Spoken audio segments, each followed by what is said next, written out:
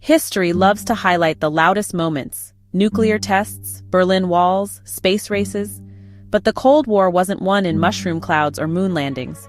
It was fought in shadows, whispered through secrets. And in those shadows, the United States didn't move like a lion charging in.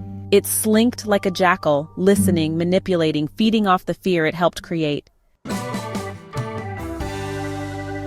This is the Cold War's Whisper campaign and how the US mastered the art of psychological war, silent sabotage, and global puppetry. The Cold War was a chess match between two superpowers, but one player wasn't just interested in checkmate. It wanted to control the board without ever flipping it over. After World War II, the Soviet Union stood bloodied but bold, and the US emerged untouched and triumphant.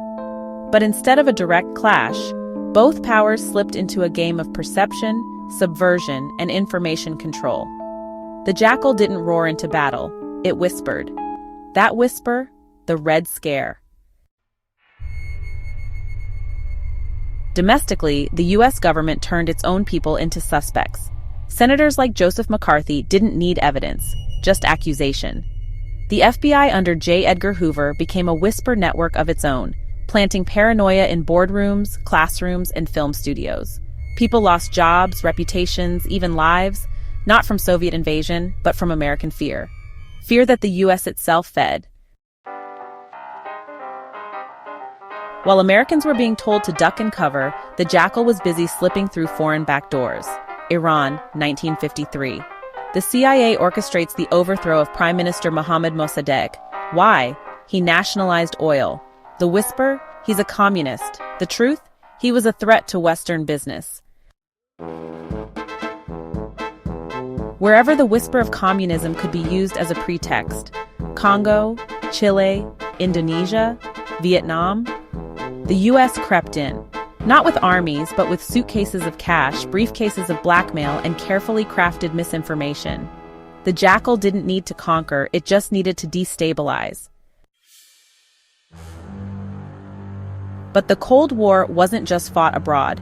It was won, or warped, in the American mind. The US government knew, if you control perception, you control the people. Enter Operation Mockingbird, where journalists were recruited by the CIA to plant stories favorable to US foreign policy. Enter MKUltra, where the CIA experimented on unwitting citizens in a twisted search for mind control, using drugs, torture, hypnosis, all in the name of staying one step ahead of the Soviets. Meanwhile, Hollywood was mobilized. Films, radio, comics, all carried the subtle and sometimes not so subtle message: freedom good, communism evil, trust us, fear them. The jackal didn't just whisper in government halls, it whispered through your TV set. The Soviet Union spent money on missiles, the United States on markets. Through institutions like the IMF, World Bank, and later USAID, the US offered help, but with strings. Loans tied to privatization, development tied to deregulation. A Cold War-era economic whisper campaign that told nations, you don't need Moscow, you need Wall Street. And when the Soviet Union began to crack in the 80s, it wasn't tanks that crushed it.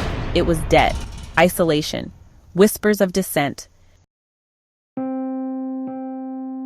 The Cold War didn't end with a bang. It ended with a whisper fading into silence.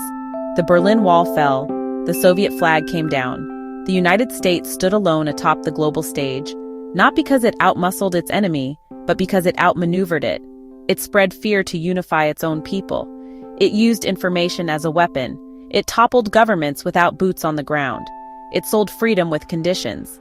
And it silenced dissent with a smile. That's not the story of a noble warrior. That's the story of a jackal in the long grass, feeding on ideology, fear, and global instability, then walking away as if it had nothing to do with the blood in the sand. So what do we learn from the Cold War's whisper campaign? That power doesn't always shout, that control isn't always declared, and that history's good guys often wear two faces. The United States didn't just fight communism, it used it.